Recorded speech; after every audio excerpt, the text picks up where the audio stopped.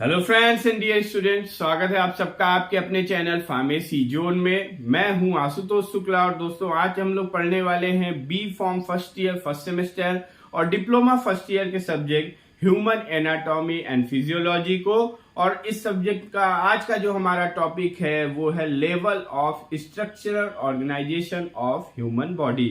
आज के इस वीडियो में, आज के इस लेक्चर में हम लोग देखेंगे कि जो हमारी ह्यूमन बॉडी है ये किस तरीके से बनी हुई है और जो इसके स्ट्रक्चर्स हैं वो किस तरीके से ऑर्गेनाइज हैं, क्या क्या लेवल्स हैं ह्यूमन बॉडी में। तो आइए शुरू करते हैं आज का अपना टॉपिक। और शुरू करने से पहले अगर अभी तक आपने चैनल को सब्सक्राइब नहीं किया है तो जल्द से जल्द चैनल को सब्सक्राइब कर ले ताकि आपके पास regular video lectures and free PDF notes पहुंचते रहें। तो आइए शुरू करते हैं।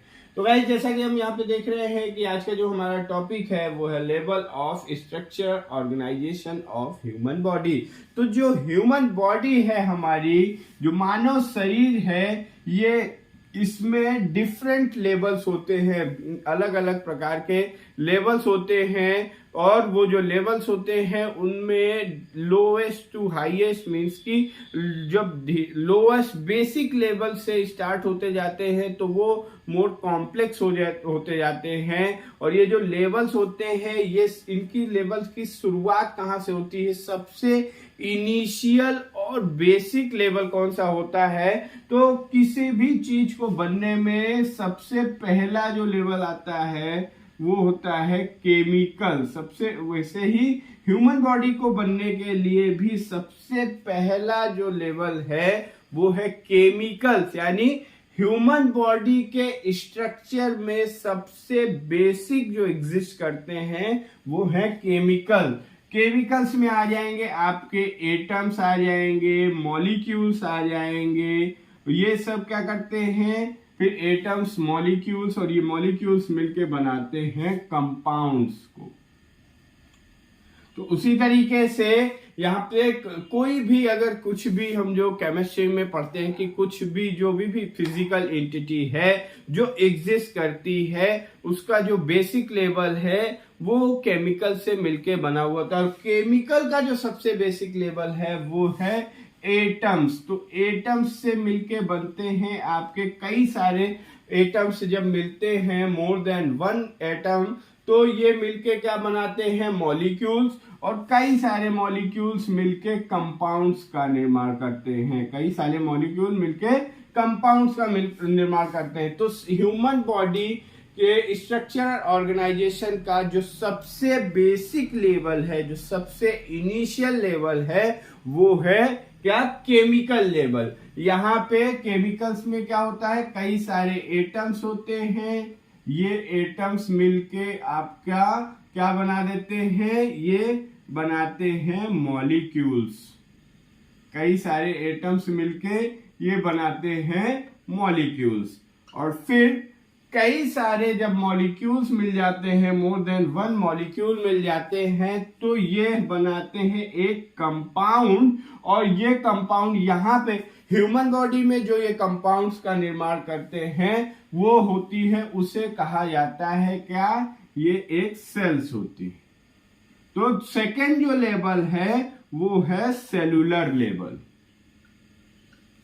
पहला लेवल ह्यूमन बॉडी के स्ट्रक्चर ऑर्गेनाइजेशन का क्या हो गया? केमिकल लेवल, यहाँ पे एटम्स और मॉलिक्यूल। और यहाँ पे जो केमिकल्स होते हैं जो सेल का निर्माण करते हैं उसमें होते हैं वाटर, ऑर्गेनिक आयंस और इनऑर्गेनिक आयंस।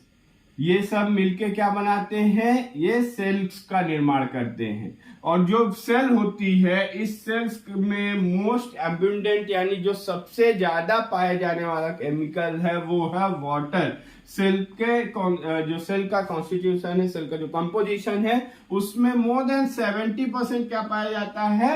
वाटर। तो दूसरा जो लेवल है सेलुलर लेवल, एटम्स और मॉलिक्यूल मिलके ये क्या निर्माण करते हैं? ये बनाते हैं सेल्स को। और सेल जो होती है हमारी, ये सेल्स क्या होती है? सेल होती है basic functional and structural unit of human body. Basic functional and structural unit of human body.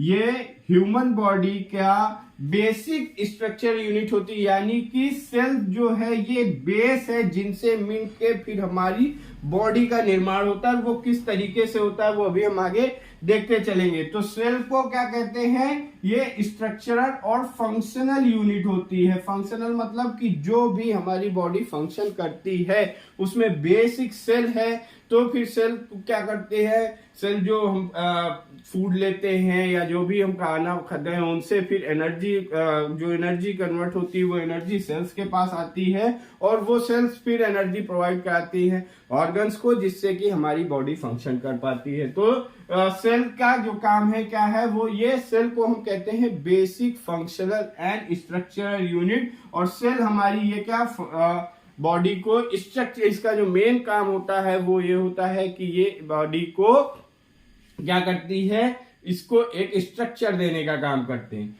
फिर फर्दर जब कई सारी सेल्स, यानी अभी तक हमने 2 लेवल देखा, पहला हो गया आपका chemical level, then second one is cellular level. Chemical level में एटम्स और मॉलिक्यूल्स, कई सारे एटम्स और मॉलिक्यूल मिलकर ये निर्माण करते हैं किसका, सेल का। फिर आपका आ जाएगा थर्ड जो है मोर देन वन सेल्स या 2 और मोर सेल्स, ये क्या बनाती हैं, ये बनाते हैं टिश्यू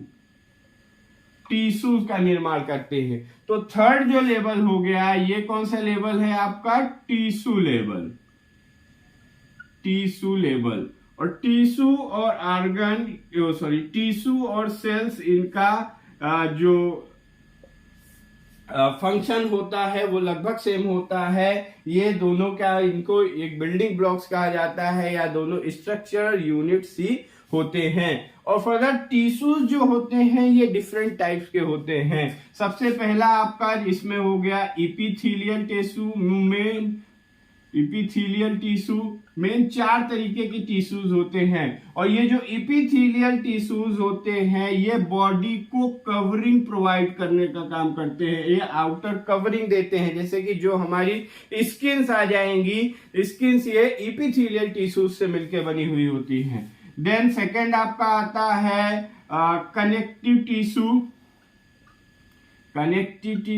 ये क्या काम करते हैं, ये हमारे कनेक्टिव टिश्यू जो होते हैं ये मैसेज कन्वर्ट करने का काम करते हैं, कम्युनिकेशन का काम करते हैं। उसके बाद आपका आ जाएगा मस्कुलर टिश्यूज,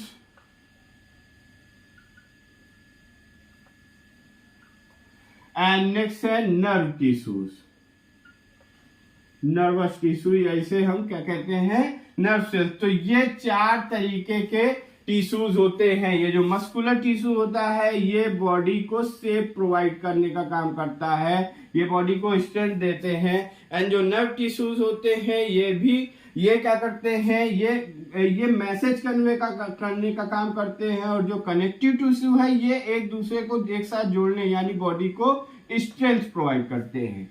तो अभी हमने 3 लेवल देखा, केमिकल लेवल, सेलुलर लेवल और टिश्यू लेवल। केमिकल लेवल में एटम्स, कई सारे एटम्स मिलके मॉलिक्यूल्स, फिर कई सारे मॉलिक्यूल्स मिलके सेल का निर्माण करते हैं, फिर मोर देन वन सेल्स मिलके टिश्यू बनाते हैं।